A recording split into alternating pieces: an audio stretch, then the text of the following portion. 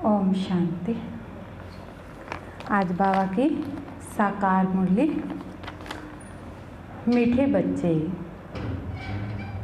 बाप की आशीर्वाद लेनी है तो सर्विस एबल सपूत बच्चे बन सबको सुख दो। बाबा कहते कि अगर बाप की आशीर्वाद लेनी है, शिव बाबा की, है ना, तो बाबा कहते किन बच्चों को मिलेगी? जो सर्विसेबल बन, सपूत बच्चे बन, सबको सुख दो, किसी को भी दुख ना दो। प्रश्न है, धर्म राज की सजाओं से छूटने के लिए किन ईश्वरीय नियमों पर ध्यान देना है? हमें धर्म राज की सजाएं ना मिले। कहते हैं ना कि जो हमारे पाप कर्म रहे हुए हैं तो उनको कैसे चुकतू करना पड़ेगा? या तो हम कर्म भोग के द्वारा शारीरिक चुकतू करेंगे, और शारीरिक कर्म भोग चुकतू नहीं करेंगे तो फिर लास्ट समय धर्मराज की सजाएं मिलेंगी, ऐसा बोलते हैं। तो बाबा कहते हैं अगर तुम धर्मराज की सजाओं से छूटना चाहते हो तो कौन से जो ईश्वरीय नियम हैं उन पर तुम्हें ध्यान देना है। अगर उन ईश्वरीय नियमों पर ध्यान देंगे तो हम धर्मराज की सजाओं से छूट जाएंगे, बच जाएंगे। उत्तर है, कभी भी ईश्वर के सामने प्रतिज्ञा कर उसकी अवज्ञा नहीं करना है। पहली बात कि अगर हम भगवान के सामने कोई प्रतिज्ञा करते हैं तो अवज्ञा करने का मतलब है कि उस प्रतिज्ञा को तोड़ना नहीं है। किसी को दुख नहीं देना, क्रोध करना, तंग करना, अर्थात ऐसी चलन चलना जिससे ईश्वर का नाम बदनाम हो। भी ऐसी चलन चलना जिससे भगवान का क्या हो? नाम बदनाम हो, तो उन्हें बहुत सजाएं खानी पड़ती। इसलिए ऐसा कोई कर्म नहीं करना है। माया के कितने भी तूफान आए, बाबा कहते माया के कितने भी तूफान आए, बीमारी उथल खाए, चाहे भले कितनी भी बड़ी बीमारी भी आ जाए, लेकिन राइट रोंग की बुद्धि से जजमेंट कर रोंग कर्म से सदा बचे रहना है।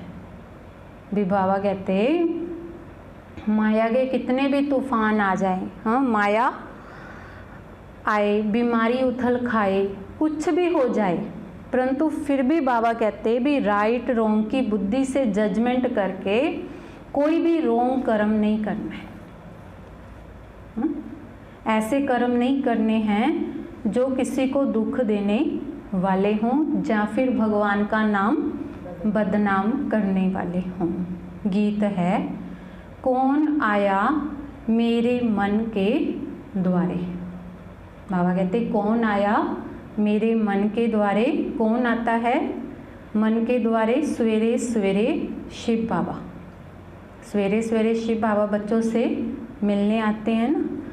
ओम शांति। यह किसने कहा ओम शांति? बाप और दादा। यह तो बच्चों को जरूर निश्चय होगा कि हमारा परलौकिक बाप है परम पिता परमात्मा शिव, और यह ब्रह्मा सब बच्चों का अलौकिक बाप है। इनको ही प्रजापिता ब्रह्मा कहेंगे। इतने बच्चे और किसको होते हैं? क्या सिवाय प्रजापिता ब्रह्मा के पहले नहीं थे? जबकि बेहद के बाप ने इसमें प्रवेश किया है तो यह हो गया दादा। यह दादा खुद कहते हैं कि तुमको परलौकिक बाप की प्रॉपर्टी मिलती है। तो पोतरे हमेशा दादे के वारिस होते हैं। जो पोता पोती होते हैं वो दादे की प्रॉपर्टी के वारिस होते हैं। उनका बुद्धि योग दादे में जाता है क्योंकि दादे की प्रॉपर्टी का हक मिलना है। जैसे राजाओं के पास जो बच्चे जन्म लेते रहेंगे, ऐसे ही कहेंगे कि बड़ों की प्रॉपर्टी है, तो बड़ों की प्रॉपर्टी पर उन्हों का हक है ही। भी राजा के घर भी बच्चा जन्म लेगा तो राजा की प्रॉपर्टी किसकी होगी, है ना, उसके बच्चे की होगी। तुम बच्चे जानते हो कि तुम बच्चे, बाबा कहते कि जानते हो कि हम बेहद के बाप के द्वारा बड़े ते बड़ी प्रॉपर्टी स्वर्ग की बादशाही ले रहे हैं। हमको वह बाप पढ़ा रहे हैं।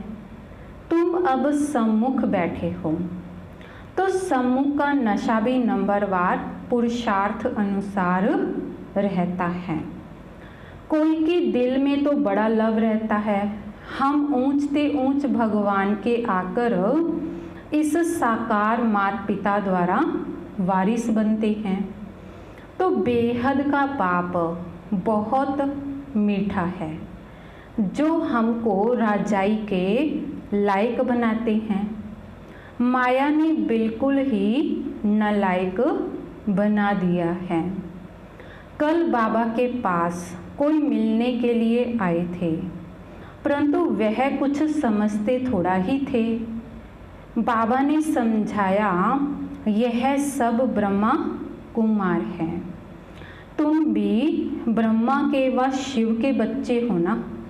कहा है तो जरूर।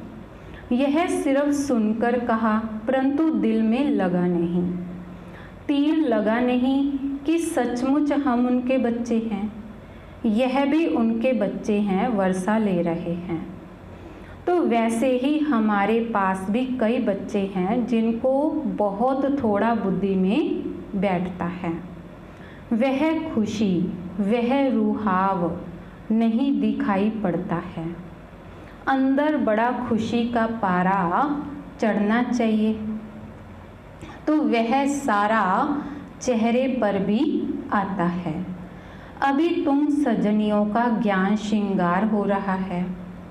तुम जानते हो हम साजन की सजनियां हैं। हम कौन है? शिव बाबा के साजन की सजनियां हैं। एक खेरुत अर्थात खेती का काम करने वाले की लड़की की कहानी है ना। एक राजा खेरुत की लड़की को ले आया, परंतु फिर भी उसे राजाई में मज़ा नहीं आया, तो लड़की को वापस गांव में छोड़ आया। कहते हैं भी एक बार एक राजा ने किसी गरीब की बच्ची को एडॉप्ट कर लिया उसने। तो बच्ची को तो खुशी होनी चाहिए थी कि मैं गरीब के घर से राजा के घर आ गई, तो सारी इच्छाएं पूरी हो गई, सब कुछ हो गया, पर फिर भी उसको राजा के घर दिल ही नहीं लगा। तो फिर क्या किया उसने? वापिस उसी घर में छोड़ आया, है ना।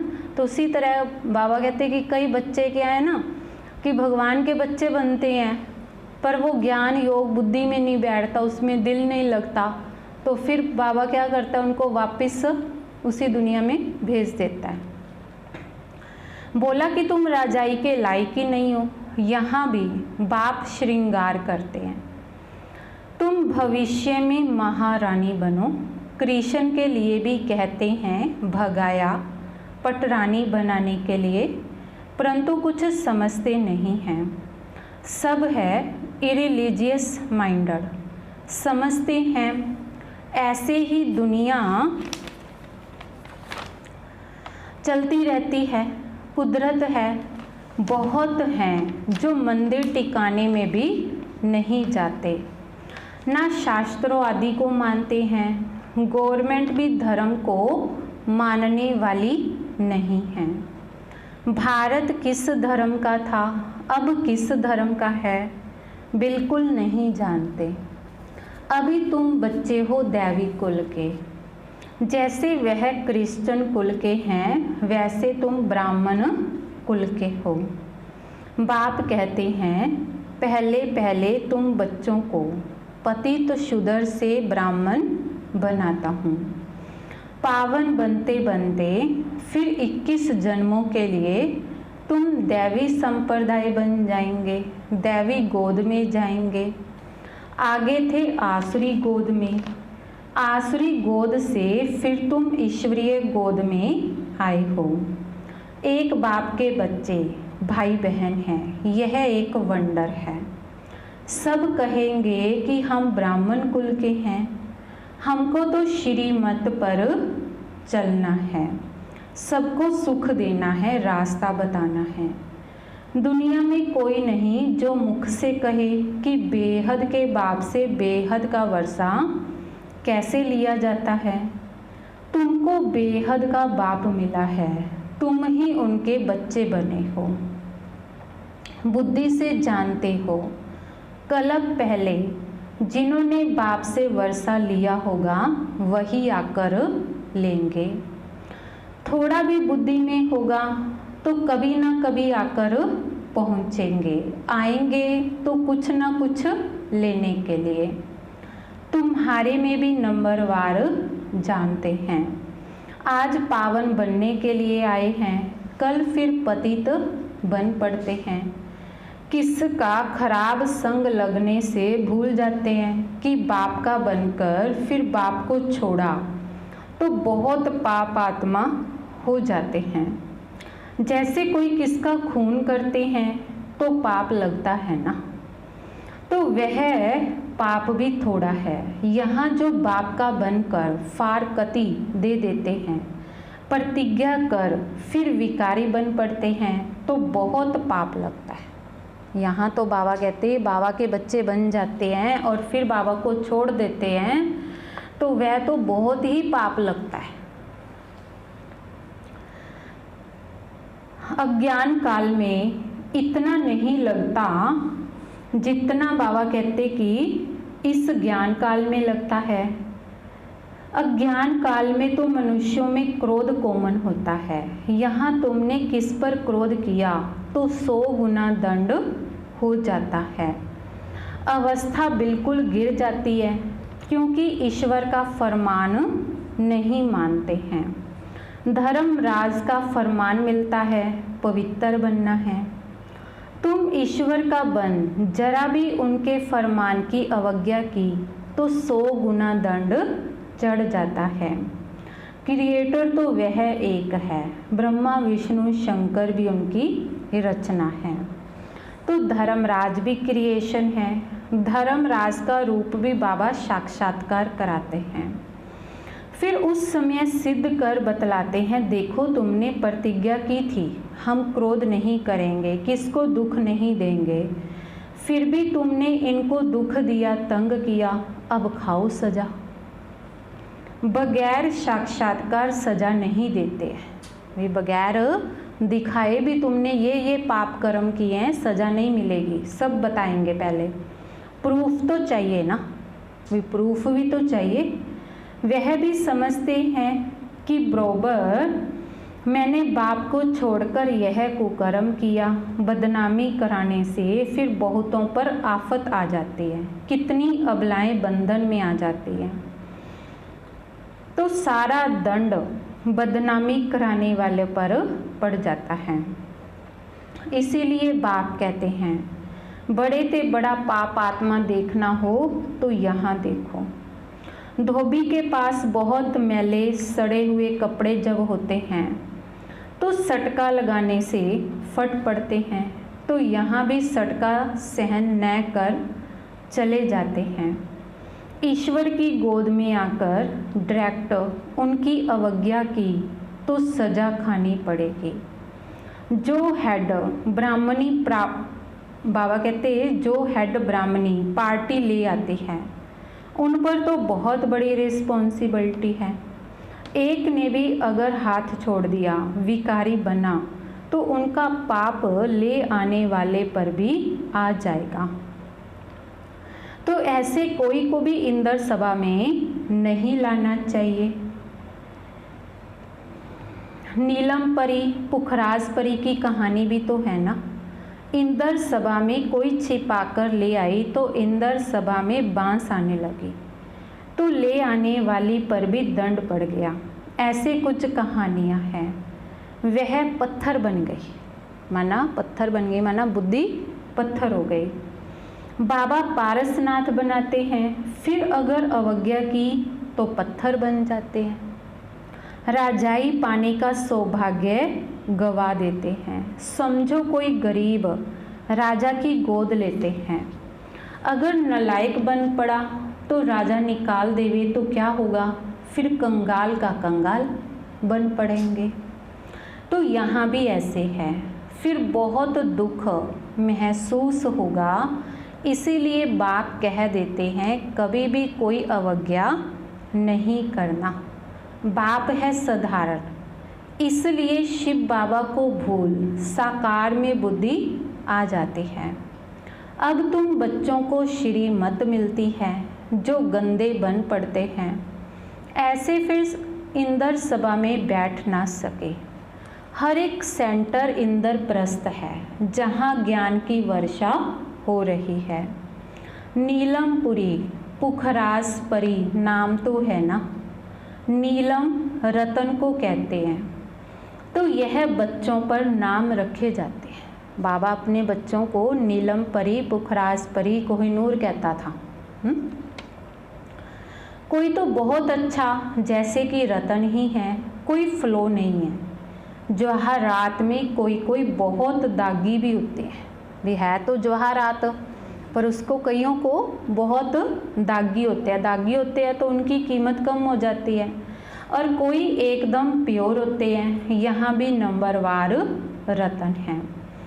कोई कोई रतन बहुत वैल्यूबल है, बहुत अच्छी सर्विस करते हैं, कोई तो सर्विस के बदले डिस सर्विस करते हैं। गुलाब के फूल और अक के फूल में भी कितना फ़र्क है, शिव पर दोनों ही चढ़ाए जाते हैं।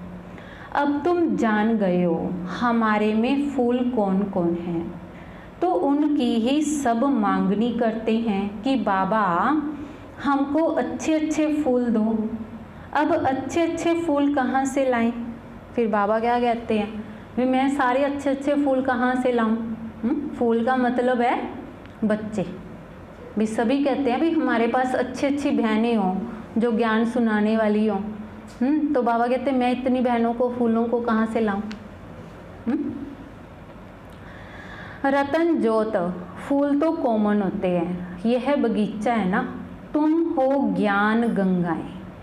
बाबा कहते तुम कौन सी गंगा हो? ज्ञान की गंगाएं। कहते हैं ना हुई वर्षा अमृत की, है ना, तो वो क्या है? ज्ञान की गंगाएं। बाबा तो सागर ठहरा और यह ब्रह्मा है ब्रह्मपुत्रा, बड़े ते बड़ी नदी। कलकत्ते में ब्रह्मपुत्रा नदी बहुत बड़ी है। बाबा कहते कलकत्ते के अंदर है ब्रह्मपुत्रा नदी बहुत बड़ी, जहाँ सागर और नदी का बड़ा भारी मेला लगता है। बरोबर ज्ञान सागर बाबा है, यह चैतन्य ज्ञान सागर है। तुम भी चैतन्य ज्ञान नदियाँ हो, वह तो है पानी की गंगाएं। वास्तव में नदियों पर नाम पड़ा है, परंतु आसुरी संप्रदाय यह भी भूल गए हैं। हरिद्वार में गंगा के किनारे पर चतुर्भुज का चित्र दिखाते हैं, तो उनको भी गंगा कहते हैं, परंतु मनुष्य समझते नहीं कि यह चतुर्भुज कौन है। बरोबर इस समय तुम स्वदर्शन चक्रधारी बनते हो, तो तुम हो सच्ची सच्ची ज्ञान नदियाँ। वह है पानी की नदियाँ, वहाँ जाकर भी स्नान करते हैं। समझते कुछ भी नहीं, बस देवी है। मनुष्य को तो कभी 4-8 भुजा वाला होता ही नहीं है, कुछ भी अर्थ नहीं समझते। तुम बच्चे जानते हो बाबा हमको क्या बनाते हैं। हम तो 100% बेसमझ थे। बाबा की गोद लेने से हम स्वर्ग के मालिक बनते हैं। भल यहाँ कोई राजा हो, परंतु स्वर्ग के सुख और अभी के सुख में रात दिन का फर्क है। तुम्हारे में कोई ऐसे भी हैं जो बाप को नहीं समझते हैं, तो अपने को भी नहीं समझते हैं। देखना चाहिए कि मैं कितनी खुशबू देता हूँ, उल्टा सुल्टा तो नहीं बोलता हूँ, क्रोध तो नहीं करता हूँ। बाप झट चलन से समझ लेते हैं कि यह बच्चा कैसे होगा। सर्विस एबल बच्चे बाप को बहुत प्यारे लगते हैं। जो सर्विस एबल बच्चे हैं, बाबा कहते हैं वह मुझे बहुत प्यारे लगते हैं। सब तो एक जैसे प्यारे नहीं लग सकते हैं। ऐसे बच्चों के लिए अंदर से ऑटोमेटिकली आशीर्वाद निकलता है। ऐसे जो बच्चे हैं जो सर्विस एबल है, बाबा कहते ऐसे बच्चों के लिए तो भगवान कहते हैं कि मेरे दिल से भी ऑटोमेटिकली आशीर्वाद निकलता है। बाप का नाफरमान वरदार बच्चा होगा तो बाप कहेगा ऐसा बच्चा तो मुआ भला, भी ऐसा बच्चा तो मरा ही भला, भी जो कहना ही नहीं मानता।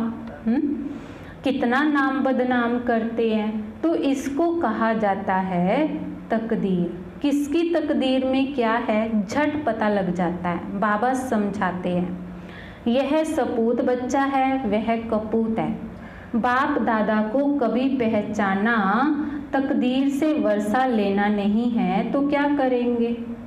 इस ज्ञान मार्ग में कायदे बड़े कड़े हैं। बाप पवित्र बने और बच्चे ना बने तो वह बच्चा हकदार नहीं हो सकता है। उसको बच्चा नहीं समझेंगे। फिर कहेंगे हम तो शिव बाबा को वारिस बनाएंगे, तो बाबा 21 जन्म के लिए हमको रिटर्न में देंगे। इसका मतलब यह नहीं कि बाबा के पास आकर बैठ जाना है, नहीं। गृहस्थ व्यवहार में रहते सबको संभालना भी है, परंतु ट्रस्टी होकर रहना है। ऐसे नहीं कि तुम्हारे बच्चों आदि को बाप बैठ संभाल लेंगे, नहीं। ऐसे ख्यालात वाले भटक पड़ते हैं। यहाँ बाबा के पास तो बिल्कुल पवित्र चाहिए। अपवित्र कोई बैठ ही ना सके, नहीं तो पत्थर बुद्धि बन जाएंगे। बाबा कोई श्राप नहीं देते हैं, यह तो एक ला है। बाप कहते हैं फिर खबरदार रहना, कर्म इंद्रियों से कोई पाप किया तो यह मरा, बड़ी भारी मंजिल है। बाबा का बच्चा बना तो फिर बीमारी सारी उथल खाएगी, डरना नहीं है। वैद्य लोग भी कहते हैं फलानी दवाई से तुम्हारी बीमारी बाहर निकलेगी, तुम डरना नहीं। बाप भी खुद कहते हैं तुम बाप के बनेंगे तो माया रावण तुमको बहुत हैरान करेगा, खूब तूफान में ले आएगा। अभी तुमको रोंग और राइट की बुद्धि मिली है, और कोई को रोंग राइट की बुद्धि नहीं है। सबकी है विनाश काले विपरीत बुद्धि। प्रीत बुद्धि तुम्हारे में भी नंबरवार पुरुषार्थ अनुसार है। दुनिया में सभी क्या हैं, बाबा कहते विनाश काले विपरीत बुद्धि, और प्रीत बुद्धि बाबा कहते तुम्हारे में भी नंबरवार पुरुषार्थ अनुसार है। प्रीत बुद्धि वाले बाप की सर्विस बहुत अच्छी करेंगे। जो प्रीत बुद्धि होंगे बाबा कहते वह क्या करेंगे, बाप की सर्विस बहुत अच्छी करेंगे। अच्छा मीठे मीठे सिक्के लदे बच्चों प्रति माता पिता बाप दादा का याद प्यार और गुड मॉर्निंग। रूहानी बाप की रूहानी बच्चों को नमस्ते। रूहानी बच्चों की रूहानी बाप दादाजी को याद प्यार गुड मॉर्निंग नमस्ते। शुक्रिया बाबा, शुक्रिया। धारणा के लिए मुख्य सार है। पहला है ईश्वर का बच्चा बनकर जरा भी उनके फरमान की अवज्ञा नहीं करनी है। वे भगवान का बच्चा बन गए तो फिर बाबा कहते फरमान की, बाप के फरमान की अवज्ञा नहीं करनी है। इन कर्म इंद्रियों से कोई भी कुकर्म नहीं करना है। उल्टे सुल्टे बोल नहीं बोलने हैं। दूसरों को दुख देने वाले उल्टे सुल्टे बोल नहीं बोलने हैं। सपूत बन बाप की आशीर्वाद लेनी है। सपूत बन बाबा कहते बाप की आशीर्वाद लेनी है। दूसरा है ट्रस्टी बनकर अपने गृहस्थ व्यवहार को संभालना है। ट्रस्टी बनकर अपने गृहस्थ व्यवहार को संभालना है। ज्ञान मार्ग के जो कायदे हैं उन पर पूरा पूरा चलना है। राइट और रोंग को समझकर माया से खबरदार रहना है। राइट और रोंग को समझकर माया से खबरदार रहना है। वरदान है संपूर्ण स्टेज और स्टेटस की स्मृति से सदा ऊंच कर्तव्य करने वाले बाप समान भव। संपूर्ण स्टेज और स्टेटस की स्मृति से सदा ऊंच कर्तव्य करने वाले बाप समान भाव। सदैव यह स्मृति में रहे कि मैं हर समय, हर सेकंड, हर कर्म करते हुए स्टेज पर हूँ। तो हर कर्म पर अटेंशन रहने से संपूर्ण स्टेज के नज़दीक आ जाएंगे। तो हर कर्म पर अटेंशन रहने से संपूर्ण स्टेज के नज़दीक आ जाएंगे। साथ साथ वर्तमान और भविष्य स्टेटस की स्मृति रहने से हर कर्म श्रेष्ठ होगा। यह दो स्मृतियाँ बाप समान बना देंगी। समानता में आने से एक दो के मन के संकल्पों को सहज ही कैच कर लेंगे। तो इसके लिए सिर्फ संकल्पों पर कंट्रोलिंग पावर चाहिए। अपने संकल्पों की मिक्सचर्टी ना हो, या अपने संकल्पों की, व्यर्थ संकल्पों के बीच में खिचड़ी ना हो। आपके संकल्प क्या हो, क्लियर हो, बाबा कहते। स्लोगन है ईर्ष्या और अप्राप्ति का कारण इच्छाएं हैं। जहाँ सर्व प्राप्तियाँ हैं वहाँ प्रसन्नता है। ईर्ष्या और अप्राप्ति का कारण इच्छाएं हैं। जहाँ सर्व प्राप्तियाँ हैं वहाँ प्रसन्नता है। ओम शांति।